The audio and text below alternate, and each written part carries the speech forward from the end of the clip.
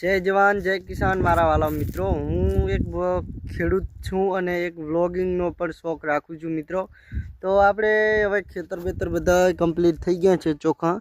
વરહારાનું mall આપણે બધું લઈ લીધું છે અને ખેડ પણ કરી નાખી છે કમ્પ્લીટ। તો હવે આજથી આપણે જાણવાનું છે કે આપણે જે 10 એકર જમીન છે 10-12 એકર એમાં શું શું વાવી છે અને કેવી રીતના કેટલા ડેલી બ્લોગ આવશે એના વિશે। જે પણ મોલ આવશે છે પાકે તો સુધી 130 દિવસ 140 દિવસ સુધી કદાચ રહે ને તો સુધી આપણે ડેલી વ્લોગ અપલોડ કરશી આપણા ચેનલમાં। એમાં હાલ તો 50% મને ખબર છે 14 સુધી તો જીરું જ વાવવાનું છે।